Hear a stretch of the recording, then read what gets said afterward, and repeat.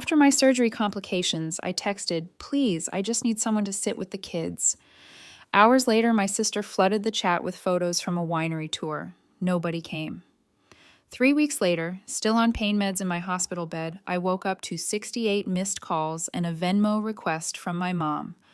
$2,600 urgently. I got angry. And there's something gutting about realizing the people closest to you are complete strangers when it actually matters. Not just distant, not just self-involved. I mean, completely indifferent to whether you're alive, unconscious, or in need. That's what hit me hardest. Not the surgery, not the recovery, the silence from people who were supposed to care. My name's Jasmine. I'm 35, a mom of 2 living in Chicago. I've always been the dependable one. Paid my sister Jessica's tuition when she was about to drop out of grad school, gave my parents money for a new furnace last winter, helped my younger brother out of credit card debt twice. No one had to beg. I just did it because I believe that's what family meant. You step up.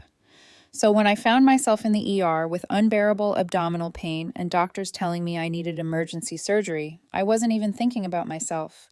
My mind went straight to Liam and Ava. They're 10 and 6. No one else was home. Their dad hasn't been around for years. From my hospital bed, still hooked up to fluids and monitors, I texted the family group chat, "Please, I just need someone to stay with the kids for a couple of days." So I didn't cry or beg. I figured that would be enough. I was wrong. My sister was the first to respond, not with a word, but with a photo. A boomerang of her at a winery, spinning in a floral dress with a glass of rosé. The caption said, "Week starts now." Nothing else. No call, no follow-up. My parents read the message. I could see they saw it, but they didn't reply. Nothing. Like I hadn't just told them their daughter was going into surgery and their grandkids were home alone. I lay there for hours, waiting for something, anything, but it never came. I woke up after the operation, groggy, sore, and still alone. A nurse handed me my phone, and I saw the missed calls, not from my family, but from my neighbor, Mrs. Gutierrez. Her voicemail said she found Liam in the hallway asking if she had milk. That's how I learned my kids had been alone for nearly 2 days. I couldn't even process it at first, just stared at the wall. Mrs. Gutierrez had called the school and then CPS. Rachel, my cousin, got word and dropped everything. She and her husband Evan drove straight from Aurora, brought food, clothes, and stayed with the kids. They didn't ask questions, didn't hesitate, just showed up. Rachel texted me that Ava had been sleeping in a pile of laundry, and Liam had tried to microwave frozen chicken nuggets without taking the plastic off. Evan took care of their lunches and walked them to school. Rachel helped Ava with her homework and braided her hair. I hadn't asked them. They just did it. Meanwhile, Jessica was posting selfies holding oversized wine glasses with hashtags like #blessed and #familytime. My mom liked every post. Not one person from my immediate family asked how the kids were doing. They didn't even acknowledge the message. I stayed in the hospital for 3 more weeks. Recovery was rough. Pain meds kept me half asleep most of the time. Rachel and Evan kept everything running at home. I didn't know what I would have done without them. And the truth was, I didn't want to think about it. Then one morning, I woke up, looked at my phone, and saw it. 68 missed calls from my mother and a Venmo request for $2,600. The note just said, "Urtent." No message about me, no question about the kids, just that. And that's when something snapped in me. For the first time in my life, I felt completely done. There's something humiliating about waking up in a hospital bed, still foggy from painkillers, and seeing 68 missed calls from your mother. Not because she's worried about you, but because she wants money. Not one message asked if I was alive. Not one asked about Liam or Ava. Just a Venmo request for $2,600 with the word urgent. I didn't respond. I just stared at the screen, my heart racing like I was seeing something I wasn't supposed to. But it was all right there, black and white. I was nothing more than a wallet to them. She called again that afternoon. I picked up. Without even asking how I was doing, she launched into it. Said my brother's car had broken down, that he couldn't get to class or his job. She said if I cared about my family, I'd help. I waited for her to acknowledge that she hadn't even responded when I begged for someone to stay with my kids. Waited for her to ask about the surgery. Nothing came, just more about how I was their last hope. I told her no, flat out. No apology, no explanation, just the word. She didn't take it well. Said I was turning cold, selfish. Said money had gotten to my head. That was rich, considering I'd paid off her mortgage just 3 years ago when they were drowning in late fees and pretending everything was fine. She hung up before I could say anything else. Not even 24 hours later, Jessica messaged me on Instagram. Not even a, "Hey, how are you?" Just a question about whether I was still planning to send money for her boyfriend's birthday trip. I didn't reply. She followed up with a comment under one of my old posts. Some people forget where they came from. Like I hadn't just nearly died. Then my dad texted. It was long, rambling, passive-aggressive. He brought up every favor they'd ever done for me, real or imagined.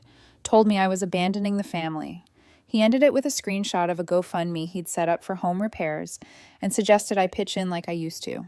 I was still on antibiotics. My incision was still healing, and I was fielding guilt trips like it was my full-time job. The only person who seemed to get it was Rachel. I called her later that night.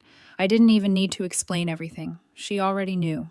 She told me Evan had taken time off work to stay with the kids and was helping Liam catch up on homework. Ava had stopped having nightmares once she realized they weren't going anywhere. I told Rachel about the calls, the money, the pressure, and all she said was, "Maybe it's time they learn what life looks like without you carrying them." That sentence hit me hard because I knew she was right. When I finally got home from the hospital, the house was cleaner than I'd left it. The kids were calm. For the first time in a long time, I felt like someone had my back, but I also knew I had work to do. Over the years, my name had ended up on just about everything. Family phone plans, joint savings accounts, a backup credit card my sister had somehow never stopped using. I'd been the one paying the insurance on my parents' house. The storage unit with all their junk was in my name. They were all so used to the flow of money that they didn't even pretend to be grateful anymore. They treated it like a given. I started unraveling it all. First, I pulled out of the shared savings account. Then I canceled the card Jessica used for emergencies that somehow kept being charged for Sephora orders. I called the utility company and transferred the bills from my parents' house back into their names. I stopped paying my brother's tuition, told him flat out that it was time he figured things out on his own. And I didn't make a speech. I didn't explain. I just cut the cords one by one. The reaction was immediate. Jessica posted one of those vague, bitter quotes on Facebook. Something about betrayal and the pain of being used. My mom sent a mass text to the family chat, making it sound like I was punishing them for not jumping fast enough. My dad sent another guilt-laced message and linked the GoFundMe again, like I'd missed it the first time. But this time none of it worked. I didn't cave. I didn't respond. I wasn't just protecting my bank account. I was protecting my kids, myself, my sanity. And without me holding it all together, cracks started showing fast. I didn't expect them to fall apart so quickly. It had only been a week since I cut off the accounts. No more tuition payments, no backup credit card, no utility bills covered. I figured they'd try to regroup quietly. Instead, they imploded publicly. Jessica was the first to go loud.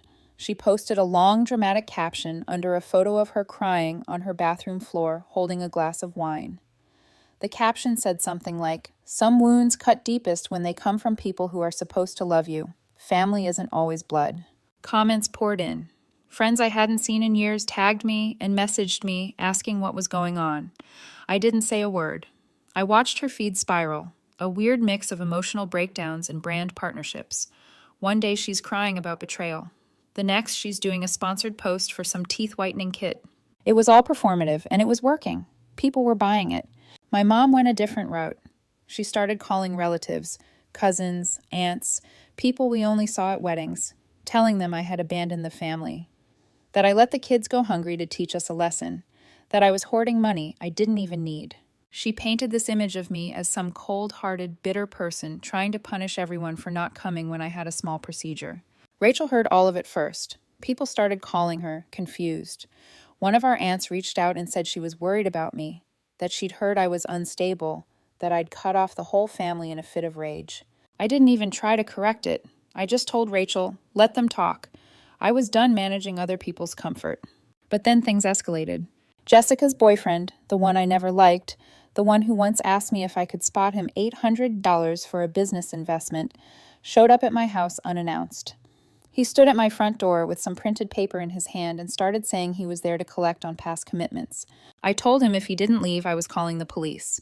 He smirked, told me my sister was going to make this right, and walked off.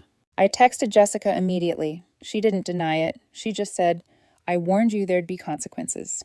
That same night, my mom sent another Venmo request, this one for $1,900, labeled urgent medication for Dad.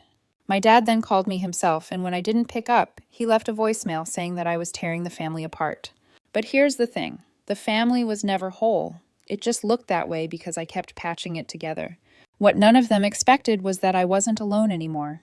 Rachel and Evan had my back. Mrs. Gutierrez had filed a formal complaint with CPS about how my kids had been left without care, and they'd contacted me to follow up. Not because I was in trouble, but because she'd made it clear the issue had been neglect by my family. CPS closed the matter within a few days after confirming everything was stable, but it left a paper trail. And I kept all the receipts, screenshots, messages, voicemails, photos, even the old group chat where they ignored me while I begged for someone to stay with Liam and Ava. It all built up slowly, one event after another, and I knew the time was coming to stop staying quiet. I used to think that if I just stayed quiet long enough, things would settle, that if I ignored the noise, the guilt-tripping, the whispered blame, it would burn out on its own. But then Liam's school called. It was his counselor. She said they were a little concerned after an in-class assignment. The kids had been asked to draw their families. Liam's drawing showed Rachel, Evan, Ava, and himself. No one else. Not even me. When asked where I was in the picture, he just said, "Mom was sick. Rachel and Evan took care of us." I sat there holding the phone, unable to move. My son hadn't drawn his grandparents, his aunt, or his uncle. The people who claimed to love him the most weren't even in the picture, and I understood why. They hadn't been there when it counted. Then the counselor said something else. There had been anonymous phone calls to the school, complaints that my children had been left alone, that I was an unfit parent, that someone needed to look into it.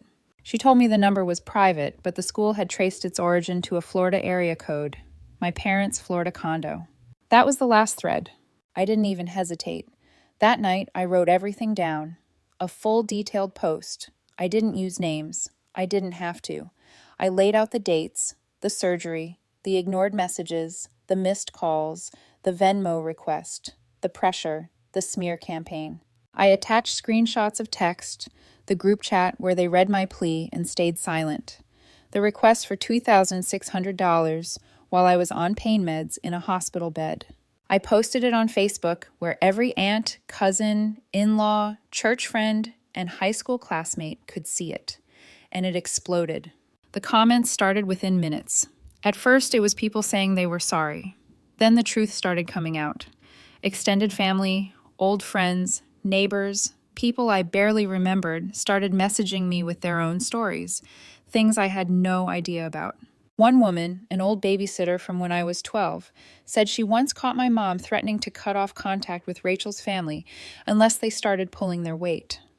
Another cousin told me he had been pressured into co-signing a loan for my brother years ago and was still paying it off.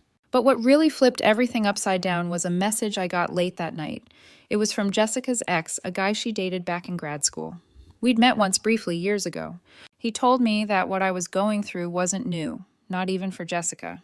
He said that when they were still together, Jessica had faked a medical emergency, told her professors and friends that her appendix had burst, raised over $4,000 through a GoFundMe. She never had surgery. She spent the money on a Cancun vacation. He had proof, emails, screenshots, even the plane tickets. She told everyone she was recovering quietly at a friend's house while she was actually drinking cocktails on the beach. I couldn't believe it, but at the same time I could. It tracked. He offered to send me everything, not for revenge. He said he didn't want to be part of the lie anymore. And then the unexpected twist that I never saw coming. I got a call from my grandmother, my mom's mom. We hadn't spoken in over a year. She's 83 and usually stays out of the family mess. But she told me she saw the post. Her voice shook when she said she'd always known something was wrong, that she'd seen how my mother treated me, but she kept quiet because no one listened when I tried to warn them. Then she apologized. That stopped me, because in all the years I'd been shamed, used, or manipulated, no one in that generation had ever once said the words, "I'm sorry." Before we hung up, she said something I'll never forget. "You didn't destroy the family, Jasmine. You just stopped letting them destroy you." And it stuck because for the first time in years, I felt like I wasn't the crazy one. I wasn't ungrateful. I wasn't cold. I had just finally said no, and it was loud enough that other people started seeing clearly too. By the next morning, my post had made the rounds. Jessica deleted her Instagram. My mom posted some cryptic quote about betrayal and forgiveness. My dad tried to act like he didn't see any of it, but it was already out. And what followed next was the one thing they weren't ready for: accountability. I didn't expect everything to unravel so fast after the post went viral within our small circle. I thought maybe it would stir some tension, a few awkward phone calls, and then fizzle out. But something shifted. The silence turned into consequence, and not for me.